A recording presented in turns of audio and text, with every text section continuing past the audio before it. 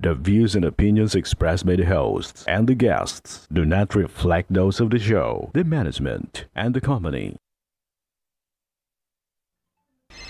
Hello, sa ako dito, tamang Opo, oras si mo po ba Jessica ito? Martinez po ito. A-actionan po ba agad natin yan? Ora mismo. Tandaan nyo, ito yung dating airport.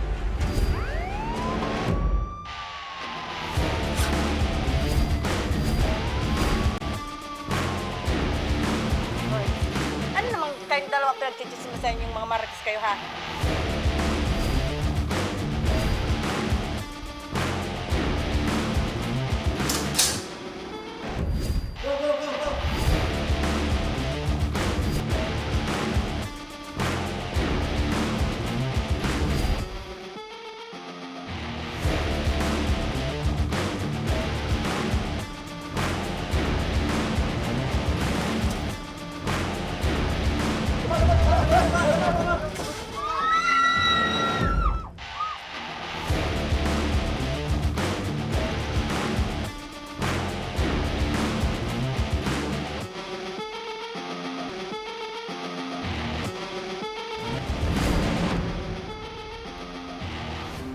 Magandang hapon sa ating mga masugid na taga-subaybay. Live na live po tayo ngayong araw ng Miyerkules para magbigay ng serbisyo publiko at live din tayong napapakinggan sa 90.3 Radyo Oragon Sorsogon, 88.3 sa Catanduanes, 90.7 Legazpi City at live na rin tayong napapanood sa ating YouTube account. Napapanood rin tayo sa Congress TV tuwing alas 7 hanggang alas 8 ng gabi mula Lunes hanggang Biyernes sa PTV Digital Channel 14 sa Metro Manila, Channel 46 sa GMA Affordabax sa Channel 2 sa ABS-CBN. Mga kaaksyon, umpisahan na natin ang pagbibigay ng serbisyo publiko. Kahapon lamang, isang video ang nag-viral bandang alas 2 ng hapon. Isang pusa pinagdiskitahang ihagis ng magbabarkada sa isang bangin. Ang pangyayaring ito ay kinunan pa nila ng cellphone video at in-upload pa sa kanilang Facebook story. Ang buong pangyayari, panoorin po natin ito.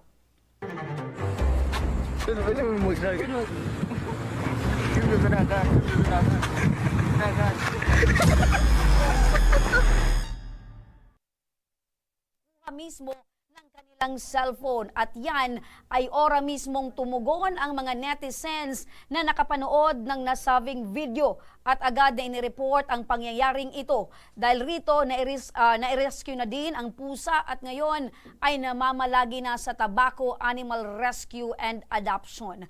Para sa update, makakausap natin sa kabilang linya ng telepono si Ma'am Ednalyn Cristo, ang head volunteer ng Tabaco Animal Rescue and Adoption or TAARA. Ayan, magandang hapon po, Ma'am Ednalyn. Hello, Ma'am Ednalyn, magandang hapon. Hello po, Ma'am. Hello, para malaman natin kung ano yung kalagayan ngayon ng pusa at kung ano na yung aksyon na ginagawa ng tanggapan, kausapin natin si Ma'am Ednalyn ng TAARA. Magandang hapon po, Ma'am Ednalyn. Hello, good afternoon po. Apo, ma'am, kumusta po ngayon ito pong kalagayan ng pusa na hinagis po ng mga batang ito sa ilog? Kumusta na po ngayon ang kalagayan, ma'am? Yes po. Initially po, as per attending vet, okay naman po si Miming. Fortunately, wala po siyang fracture, wala pong sugat na natamo. It's just that yung mga dede niya po is medyo paano ba yan? Medyo namamaga siya. So indication po na meron siyang kittens na pinagbe-breastfeed. So as per advice po ni Doc, kailangan po siyang i-warm pack para po maibsan po yung pamamaga ng kanyang dede po. Kawawa naman pala nitong si Miming. Meron sa itsura po ng kanyang katawan dahil yung dede niya ay namamaga. Ibig sabihin, meron pong pinapadede or meron po itong mga kuting. Yes po, yes po. Kawawa naman na walay siya sa kanyang mga kuting. Ma'am, ilang tao po ba yung involved dito po sa pangyayaring ito, sa paghahagis po nitong pusa? Meron pong dalawa na teenagers na involved po dito sa pagtapon kay Miming, ma'am. Opo, dalawang tao. Mga minor po ba ito, tama, ma'am? Yes po, parehas po minor. Opo. Ma'am, sa pagkakaalam po ninyo, dahil nababanggit nyo na dahil sa pamamaga ng dede ng pusa, meron po itong mga pinapadede. Nasaan po ba yung mga kuting nitong pusa, ma'am? Oh yes pa. Bali ma'am, ang story pala ni Miming is meron siyang owner. Mhm. And one of the workers po nung owner ni Miming is dinala siya doon sa area nung beach, sa beach area. Kung ano po yung purpose is hindi na po namin natanong. Pero si owner po is kausap namin kanina and dinahanap niya daw po talaga yung pusa.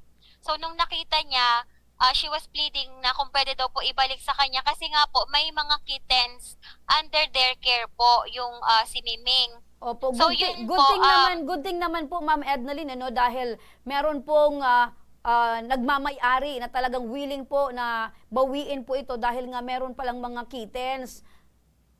Yes po, yes po. Opo, ano po yung naging action po nito, laban po dito sa dalawa pong minor na may kagagawan po nito sa pusa? Yes po. Bali po, kagabi po, we were able to file a complaint na po sa police station na sumasakop sa municipality nila, which is Santo Domingo. Apparently po, maswerte tayo dahil mabilis po yung action ni Mayor. Bali po ang nangyari, while nagja-jot down po yung police officer ng aming complaint, meron na pong nakadispatch na mga personnel to apprehend eto pong dalawang teenagers. So, kagabi po, nakita na namin sila ng personal, nakausap na din po, and since minor, ang nag-handle po sa kanila is yung Women's and Children's Protection Desk, and then po, na-turn over na po yung custody nila sa social worker po, sa DSWD. Opo. Ma'am Ednaline, dahil po mayroong ganito pong pag-uugali or actuation po itong dalawang minor, di ba ang tinatawag po dito, meron po silang conduct disorder. Dahil yung mga normal pong bata na hindi po, wala pong cruelty to animal, ay supposedly meron po silang pagmamahal dahil ito po ay may buhay. So sa ganito pong sitwasyon, Ma'am Ednaline, ano po ba yung mga consequences na pwede pong kaharapin ito pong mga batang ito? Yes po. Under the law po, kailangan po nilang mag-render ng community service. For 6 months daw po, kausap ko po kanina yung social worker. So, magkakaroon po kami ng kontrata kung saan po sila mag-serve ng kanilang community service. And we are also asking din po for siguro like parang public apology from the two teenagers. Just to let the public know na we are doing something and we are taking action po on this issue. And we'd also like to thank po pala the effort po ni Mayor ng Santo Domingo. By his help po, mabilisan po yung pag-apprehend and naging mabilis po yung process nung paghahanap po sa dalawang minor de edad po, ma'am. Ma'am Ednaline, alam po natin na dito po sa Pilipinas, mas pinalawak at mas pinalalim po yung batas na nakapaloob po sa pagpoprotekta po ng mga hayop. At alam po natin na meron pong Republic Act dyan at meron pong karampatang aksyon, karampatang kulong at penalidad. So, para naman po sa kaalaman po ng ating mga manunood at tagapakinig, ano po ba yung kaakibat na penalidad? Maaari po bang kaharapin na sinumang lalabag sa batas katulad po nitong pagkakaroon po ng cruelty sa ating mga alagang hayop? Yes po, kapag na-prove po regarding sa violation po ng Animal Welfare Act, mayroon po tayong yung strengthen na po na umabot na po ng 3 years. Kasi dati po, 2 years lang po yung imprisonment. So ngayon po, meron na 3 years na po yung maximum na penalty na 3 years imprisonment na po ang magiging penalty. So that ranges po from 6 months to 3 years. Ayun, so mas pinalawak po pala, mas pinalalim yung parusa po sa ating mga kababayan na napatunayan po meron pong pang-aapi sa ating mga alagang hayop. Ma'am Ednaline, iba pa Yes, po po. dito yung namatay yung hayop at yung nakasurvive. Tama po? Yes po. Okay. Apo. Opo.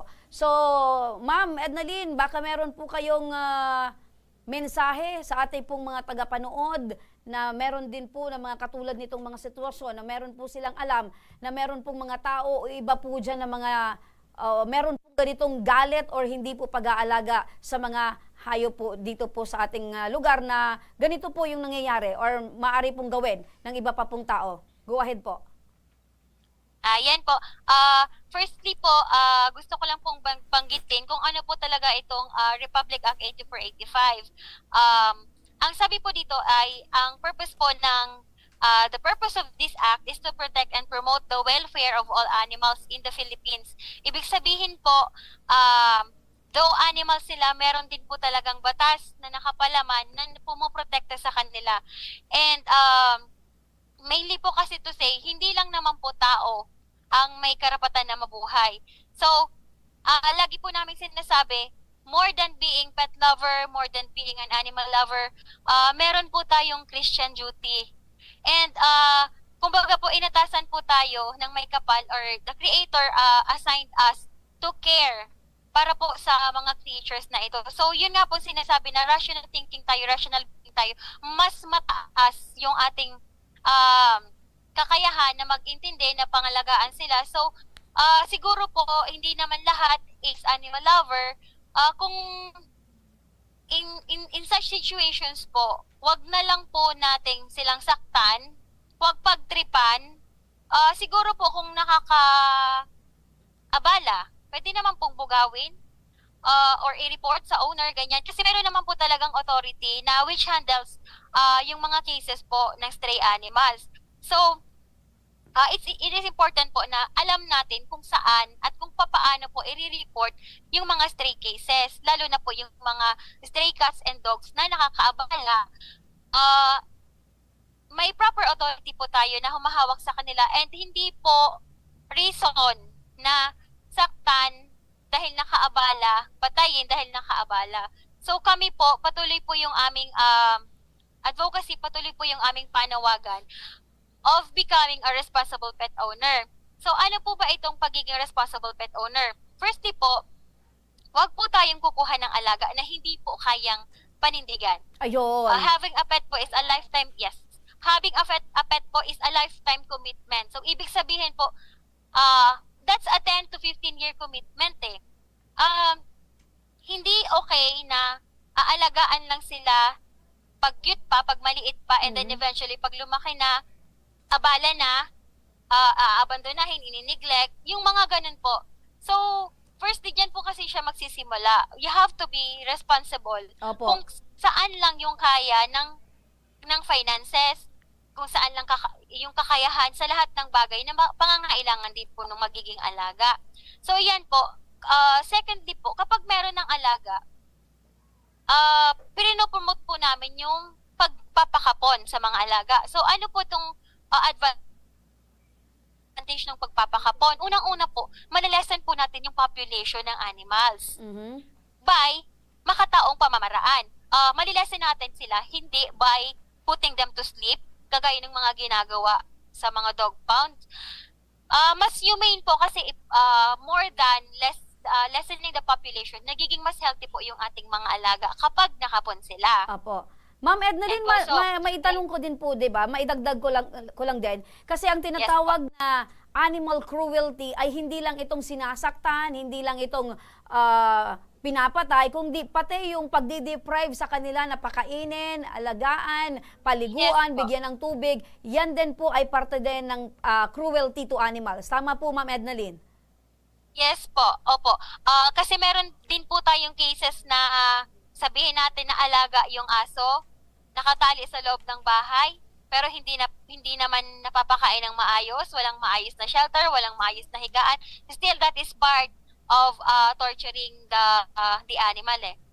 Opo. So, ang pinaka-importante, pag nag-alaga ng hayop, nag-alaga ng aso o pusa man yan, dapat meron tayong tinatawag na responsible pet owner. At doon naman sa ating mga kababayan, Yes kung hindi po. talaga kayang mag-alaga, better wag na lang mag-alaga. Kasi tama ka dyan, Ma'am Ednalyn, yung sinasabi mo, pag bata pa, cute pa, pag lumaki na, may sakit na, pinapabayaan na lang. So, kawawa yung mga hayop. Yes po. Apo. Super kawawa. And nakakadagdag pa po minsan itong mga breeders natin na nagbebenta ng mga mura. Kasi madami yung nakaka-afford dahil mura.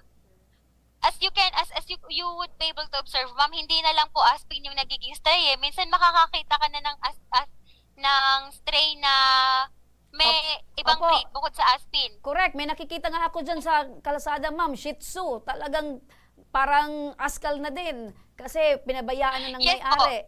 'Di ba? Yes po, kasi nga dahil po na-afford nila dahil napipenta ng breeder na mura and para sabihin din po and for the awareness po ng lahat, kapag kayo po or tayo po ay bumibili sa breeder, mas binibigyan po natin sila ng karapatan na mag-produce ng mas madami kasi tinatangkilik eh. Opo. Ma'am, with regards po dito sa mga magulang ng mga batang ito, ano po ba yung payo po ninyo? Dahil syempre, kinakailangan din po na dapat yung mga bata ma-guide po ng kanilang mga magulang para naman maiparamdam ng mga magulang na eto, kahit yan ay hayop, may buhay din yan, importante din yan at alagaan. Yes po.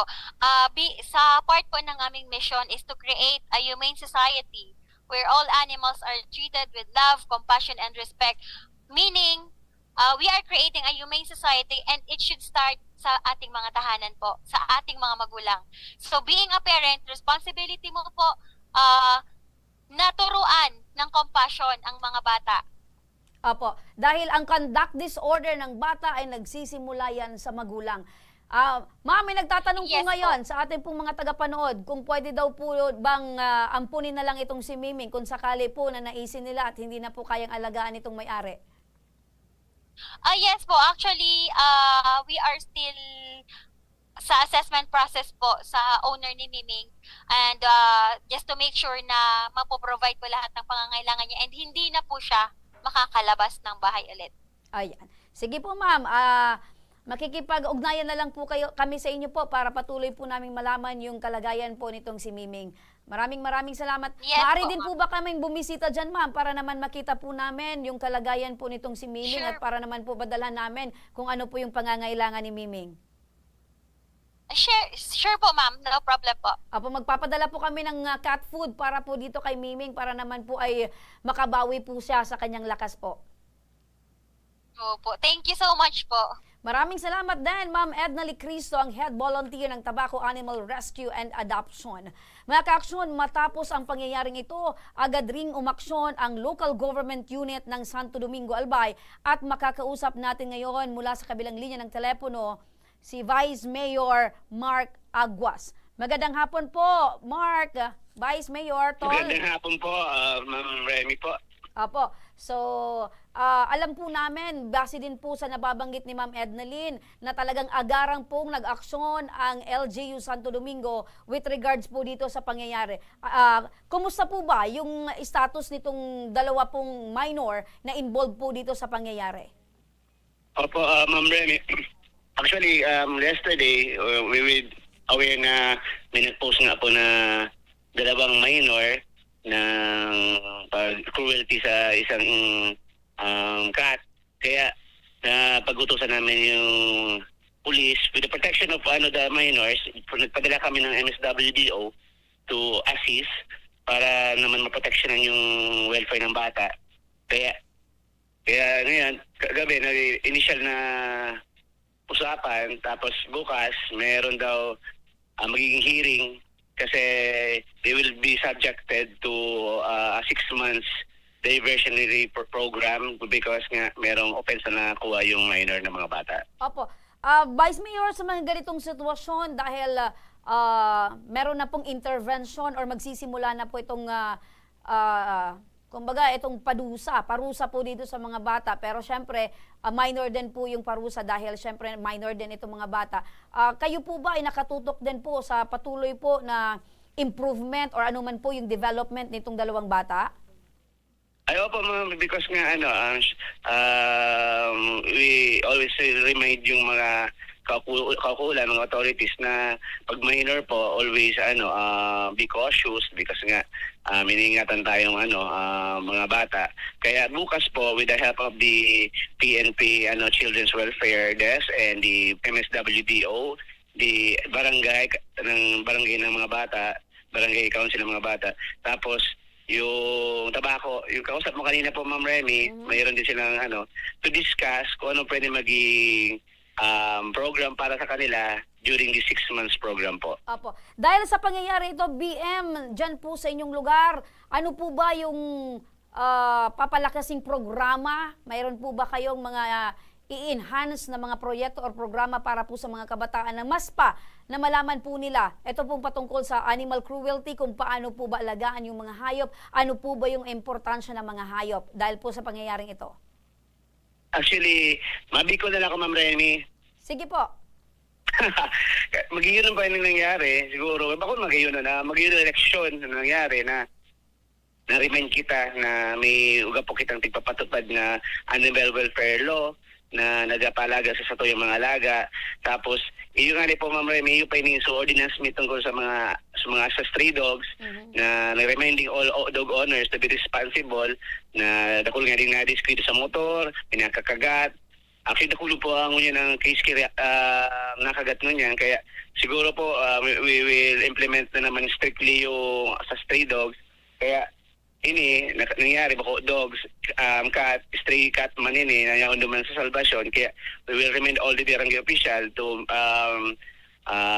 check and ilingon kung may mga stray animals na dyan para may iwasan po na maabuso so mga hayop na nagbabarag-barag po dyan sa mga gilid ng barangay. Opo. BM, Mark, alam po namin na busy po kayo ngayong araw na ito. Maraming salamat po sa inyong panahon at oras. Mabuhay po kayo dyan sa LGU Santo Domingo. Sige po, thank you po sa time po, Sis Remy po. Maraming salamat, Tol. Eto mga ka-aksyon, dumako naman tayo sa ating satellite office. Pero bago yan mga ka-aksyon, eto paalala sa mga kabataan, huwag niyong paglaruan yung mga hayop, yan man ay mapapusa, aso, or kung ano pa man na nakikita natin sa kapaligiran dahil yan ay may buhay. Hindi lang tayo mga taong may buhay, kundi pati mga hayop na nilalang ng ating poong may kapal. Mga ka-aksyon, samantala dumakman tayo sa ating satellite office sa Caloocan City. Kasama natin si Sir Alvin Martinez, ang coordinator ng Ako Bicol Party List sa National Capital Region. Magandang hapon po, Sir Rex. Good afternoon, Ma'am Remy, at sa mga nanonood po at mga nakikinig po. Opo, kumusta dyan sa Kamaynilaan? Maulan po ba? Maulan, pero walang tigil ang ating serbisyo, Ako Bicol. Ayun. Yun ang pinaka-importante, maulan man or mainit, umaaraw, dire-diretso ang pagtulong natin sa sa ating mga kababayan. Eto sa Rex, kasama mo ngayon si Colleen Johnson, 53 gulang at 53 gulang, yan, taong gulang, at kanyang hinaing ay ang naudlot nitong gamutan para sa kanyang sakit na natamo sa kanyang kaliwang mata na naging dahilan ng tuluyan nitong pagkakabulag. Magandang hapon po sa inyo, Ma'am Colleen. Magandang hapon po. Lalaki pala ito si Tatay Colleen. Lalaki po. Opo, lalaki po. Pasensya na po, Tatay. Pangalan niyo po, pambabae, pero lalaki po kayo. Kumusta po kayo ngayon, Tatay Colleen? Ito po, medyo di na po makakita yung kaliwang mata ko dahil sa sakit na nakuha ko. Yung kaliwang mata niyo po, hindi na po nakakakita. Hindi na po. Kumusta yung kanan? Okay po naman yung kanan. Ayun po. Nakakita pa naman po. So, importante meron pa po kayong paningin, Tatay. Kailan mo po natamo itong sakit sa mata niyo, Tay? Nagsimula ito noong 2019 pa po. 2019. Opo. So, mag-4 na taon na po kayong nahihirapan po sa paningin. Opo. Opo. So, 2019 at hanggang ngayon po, yan po yung pinoproblema po ninyo. Gaano po kayo naapektuhan, Tatay, na hindi na po balanse or hindi na po tugma yung paningin po ninyo? Unang-una medyo mahirap po. Tapos hindi na po ako makapagtrabaho dahil apektado yung paningin ko. Saka namamaga siya. Kaya mahirap po sa akin na hindi po makakita yung mata. Ano po ba tayo yung dati nyo pong trabaho at ngayon po ba nagtatrabaho pa rin po kayo? Wala na po. Dati po akong security guard noong 2009 po hanggang 2019 ako. Opo, dati po kayong security guard. So yan din po ba yung rason kung bakit natigil po kayo sa trabaho? Opo. Dahil simula nung mga 2019 na yun, kung makakaramdaman yung mga ako iba-iba ng paningin ng mata ko. Opo. Silaw na silaw. Opo, kasi tatay, ang pagiging security guard, aside po sa dapat lagi kang handa, maayos pang yung, kumbaga fit to work, dapat yung mata nyo po ay dapat malinaw kasi tagapagbantay po kayo ng mga edipisyo, opisina, kagamitan, di ba tay? Opo. Opo. So, yan po ba tay, ay napatingnan nyo na po sa doktor? Opo. Tuloy-tuloy po ang pag-check up ko rito sa sa East Avenue Medical Center. Nga na marami silang unang nag-diagnose sa akin na meron akong glaucoma. Tapos nung na ako laboratory yung OCT, nakita naman doon na wala akong glaucoma. Pagkat mayroong ugat na namamaga sa yung dalawang mata ko sa left side na mamaga. Kaya ni-refer nila ako sa heart center for PC radiogram. Doon naman nakikita na wala namang para yung yung ugat sa mata. Mm-hmm. Opo. Tapos ngayon, ni-refer na naman ako ng S Avenue sa heart center ulit. Dahil sa nakikita nung ng doktor ng heart center, mayroon akong dalawang ugat na dapat malagyan ng para yun. Dahil yun ang dahilan ng pagkukulat pamamaga ng mata ko. At hindi makakita dahil kailangan lagyan ng para ang dalawang ugat. Opo. Tatay, nababanggit nyo po na tuloy-tuloy naman po yung pagpapacheck up ninyo at meron po kayong mga kailangang gawin para po ay maging maayos yung paningin po ninyo. Ano po ba yung rason? Bakit po natagalan? Bakit hindi nyo po maisumite yung iyo pong sarili para po magawa po yung dapat gawin? Nung panahon kasi noong 2019, pumasok na rin yung COVID-19 noon, 2020, kaya natigil din ang ko noon, ang pa-check up ko po. Opo.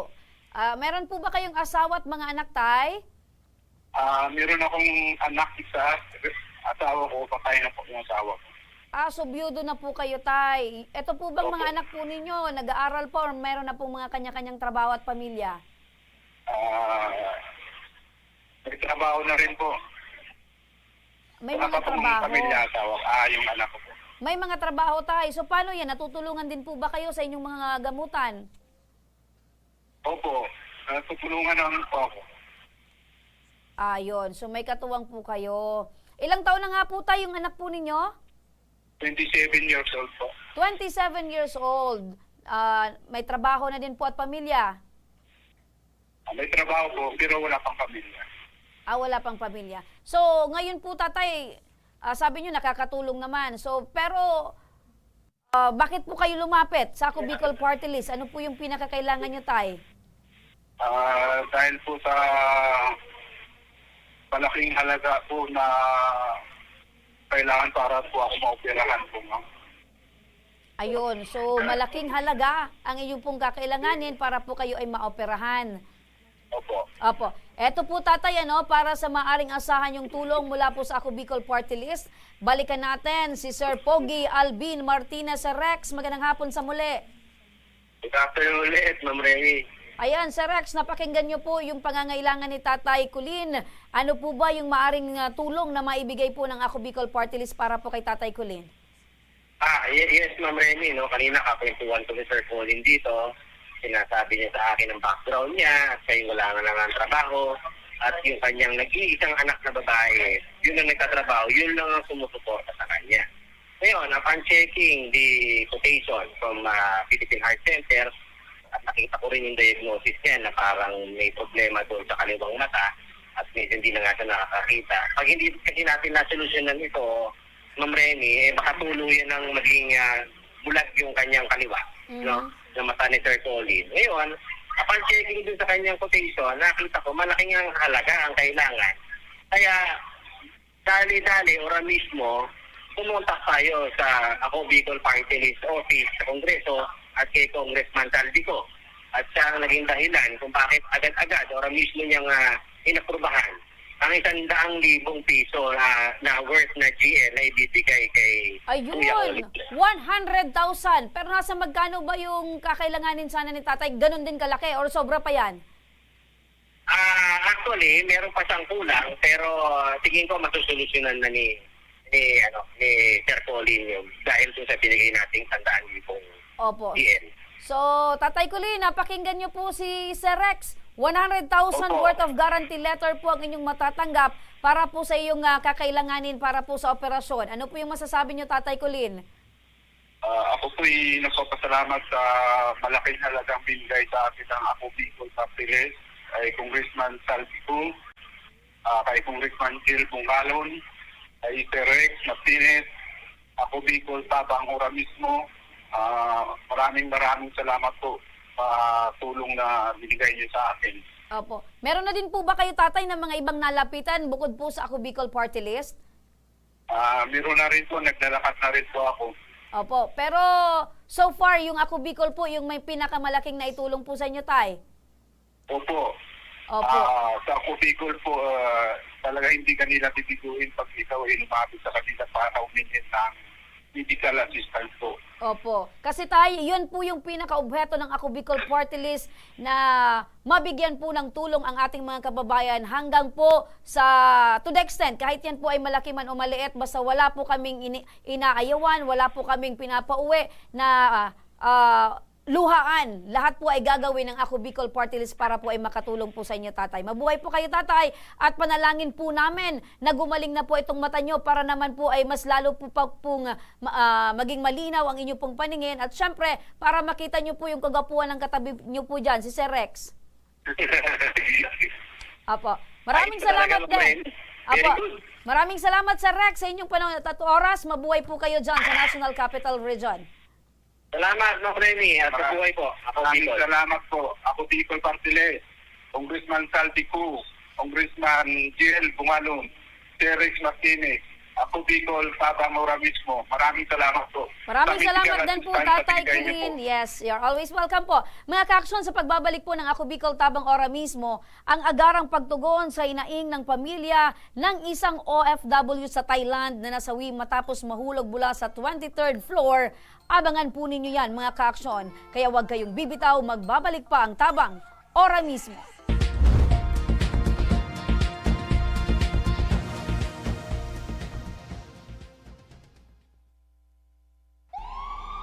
Sa likod kan mga kadipisilan, mga nag-aging kalamidad, tensyong pansiguridad, asindaing untok na kariribukan sa bilog na kinakban, padagos mo kaming binabantayan. Salamat po ina sa urual daw mong pagpadangat. Ang bilog na kabikulan, yaon sa pagranga kan sa imong ngaran. Halik kay Congressman Zaldico, Congressman Jill Bungalon, asin kan bilog na Ako Bicol Party List. Viva la Virgen! Viva Nuestra Señora de Peña Francia!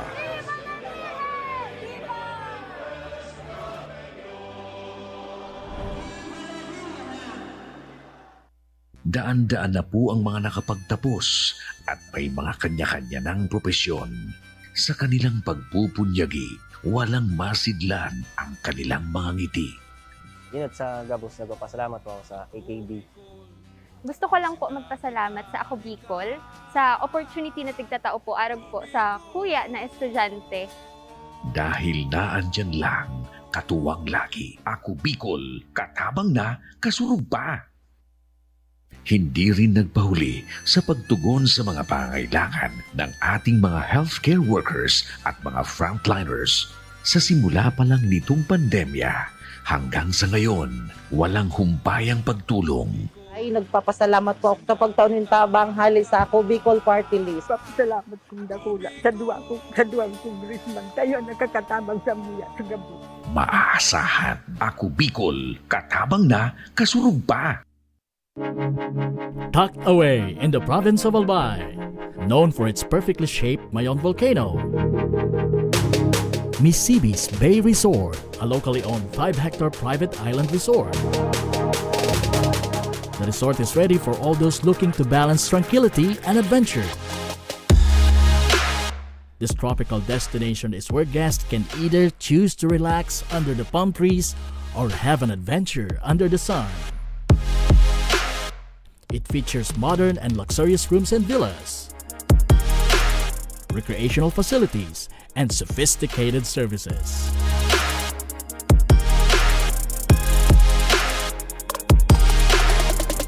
Come and experience Mississippi's Bay Resort, your tropical island getaway.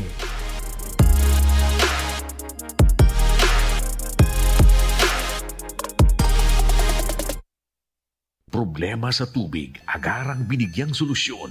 Nagpatayo ng mga solar-powered water supply system sa mga liblib na lugar. Libre, malinis at maaasahang supply ng tubig 24/7. Dakulaon ng pagpapasalamat niya mo. Dahil may ikamalilinwan habang kami nabubuhay. Nakulaon nining tabang para sa gabos na tao digdi. Salamat po. Para sa ating mga kababayang nasa laylayan, Ako Bicol, katabang na, kasurug pa. Libo-libo na ang mga nabigyan ng tulong medikal.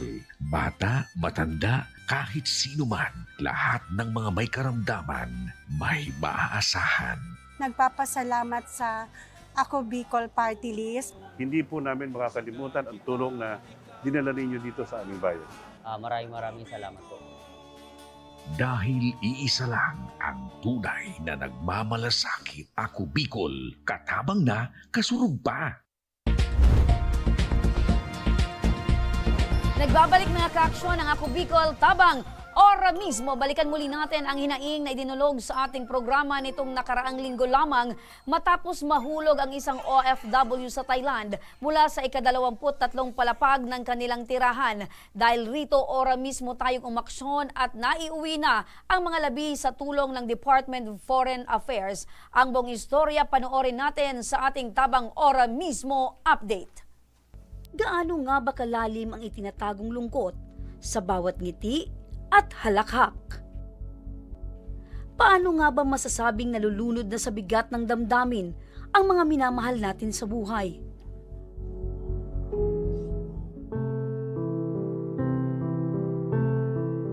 Maaalalahanin, mabait, responsable at magaling na guro sa kanyang mga estudyante. Ganyan ilarawan ni Ruel ang kanyang kapatid na si Wilfredo, na 3 taon ang guro sa isang eskwelahan sa Thailand. Ngunit alas 10 noong ika-26 ng Agosto, isang nakakagimbal na balita ang gumising sa pamilya Mandane. Isang Pinoy sa Thailand patay matapos tumalon mula sa ika-23 palapag kasama ang kanyang kinakasamang Chinese national. Pinaniniwalaan ng kanilang mga pamilya ay labis ang naging depresyon ng magpartner. Ano ba yung pinagdadaanan nitong kapatid mo? Hanggang ngayon po hindi po kami maniwala sa mga nangyari dahil po meron siyang anak. Pero po meron siyang mga signals or senyales na siya ay may depression po. Na nagsasabi po siya sa mga kamag-anak namin, sa mga kapitbahay namin at sa mga kakilala niya dito na gusto niya nang umuwi. Kaso lang nga po dahil sa hirap ng buhay at pamasahe at obligasyon niya, kaya hindi niya lubusang buong puso niyang umuwi dito. Ngayon ba, yung labi ng kapatid mo nasa Thailand ba? Nandun pa, pati yung mga personal na gamit. Sino ba yung nakakausap mo sa pagpaproseso ng mga dokumento para makauwi ng Pilipinas itong labi ng kapatid mo? Marami na po kaming nilapitang ahensya, pero po wala pong malinaw na step-by-step procedure kung ano po yung ginagawa po nila. Eto Ruel, para kayo ay ora mismong matulungan. Nasa kabilang linya na ng telepono si Undersecretary Eduardo De Vega ng Department of Foreign Affairs. Magandang hapon po, Yusek. Una sa lahat, dahil kung aabot sa pamilya yung aming pagkikiramay sa pagkamatay ni Wilfredo C. Mandane Jr., no? Napaabot na sa amin at kaya gumagalaw na yung ating embahada sa Bangkok, no, para mauwi na agad. Ako mismo, hawak habang kausap ko kayo, hawak ko kayo ng papel na nagbibigay ng autorisasyon para sa na gumastos para mauwi na yung kanyang labi. So kailan po natin maaring asahan or schedule ng pag-uwi po nito dito sa Pilipinas? next week, September 10. Yusek, maraming salamat po sa inyo pong panahon at oras. Okay. Salamat. Maraming salamat po, Yusek De Vega. So, ayun. At tulad ng binitiwang pangako ng DFA, nitong ika-10 ng Setyembre, ay naibiyahe na mula Thailand, pauwi ng Maynila ang mga labi. At kinaumagahan ay ibinyahe na rin ito papuntang Legazpi.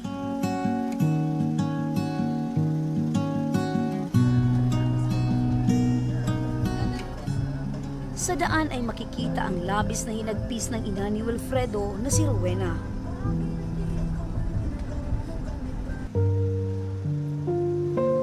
Kwento ni Ruel ay ilang araw nang hindi nakakakain at nakakatulog ang ina dahil sa labis na lungkot nito.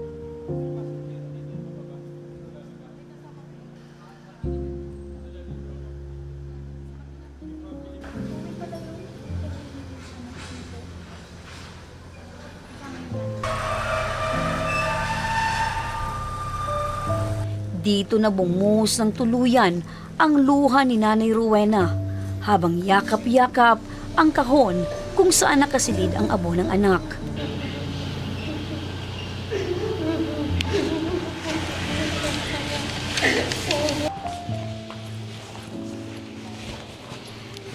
Nangihina at nanlulumo man ay kinakailangan na ni Nanay Rowena na tumayo at maglakad upang tuluyan ang maiuwi sa kanila ang labi ng pinakamamahal na anak.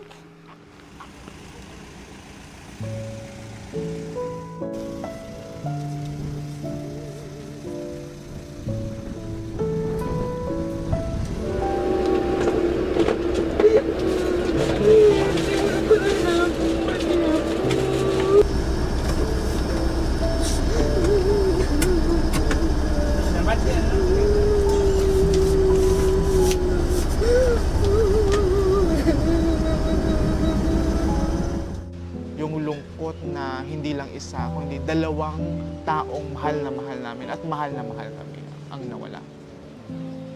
Pero siguro hanggang doon na lang talaga yung buhay nila, na yun na din yung ginusto nila.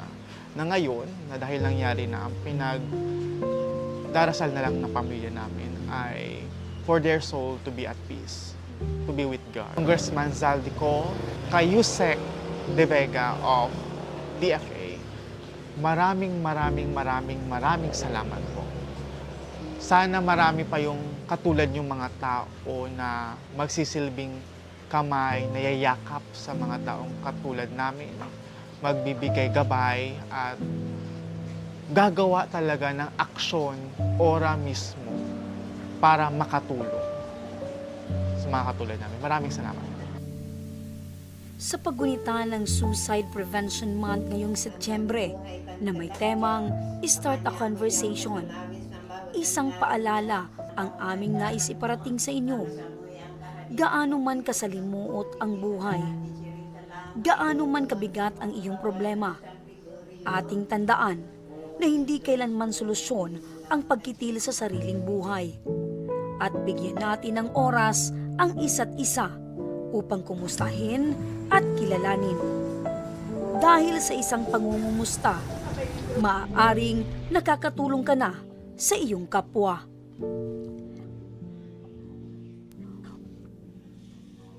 Yan, sa muli nakikiramay kami sa pamilya nitong mag-partner at syempre napakahirap sa puso at isipan ng isang ina na mawalay at wala ng isang anak, lalo na matagal na panahon silang hindi nagkita at nagkasama. Mga kaaksyon sa may mga problemang legal at medikal na nais humingi ng tulong sa ating programa, maaari po kayong magsadya sa aming tanggapan sa ground floor Embarcadero de Legazpi, Victory Village, Legazpi City. Bukas po ang aming tanggapan mula Lunes hanggang Sabado, alas 8 ng umaga hanggang alas 5 ng hapon. Sa mga nasa Metro Manila naman po at kalapit na lugar, maaari na rin po kayong humingi ng tulong sa Action Coast Center sa North Wing ng Batasang Pambansa. Magpunta lamang po kayo tuwing araw ng Lunes, alas 8 ng umaga hanggang alauna ng hapon. O kung kaya naman po ay nasa Caloocan City, bukas na rin ang ating Action Coast Center sa Barangay 175, Multipurpose Hall, Caloocan City tuwing Miyerkules, alas 10 ng umaga hanggang alas 12 yan ng tanghali, mga ka-aksyon. Again, every Wednesday po yan, mga ka-aksyon. Maaari na rin po kayong magtungo sa Ako Bicol tabang ora mismo ni Congressman Saldico sa Camarines Norte, sa Provincial Capitol Building, Barangay 3, Daet, Camarines Norte. Para naman sa mga taga Camarines Sur, maaari na rin po kayong dumulog sa Zone 2 Tagungtong, Goa, Camarines Sur. Bukas po ang aming tanggapan mula Lunes hanggang Biyernes, alas 8 ng umaga hanggang alas 4 ng hapon. Maaari na din po kayong magpadala ng inyong mensahe sa aming official Facebook page na Ako Bicol tabang ora mismo. Kahit ano pong reklamo ay amin pong tinatanggap. Huwag nyo rin pong kalimutan na i-follow ang aming mga official social media account sa aming Facebook account, YouTube at TikTok account, Ako Bicol tabang ora mismo. Mga kaaksyon, ilang araw na lang, 98 days to go at Pasko na!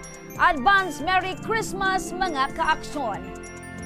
Hanggang bukas, sama-sama nating aksyonan ang mga problemang medikal at legal. Ito po ang programang May Paninindigan, tutugon sa inyong pangangailangan.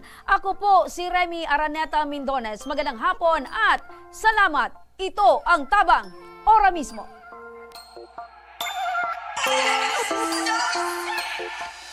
Action ko sa mga nangangailangan. Action ko lahat ay dadamayan. Noon at ngayon tayo'y sinamahan. Action ko patuloy na magsisilbi. Action ko sa mga nangangailangan. Action ko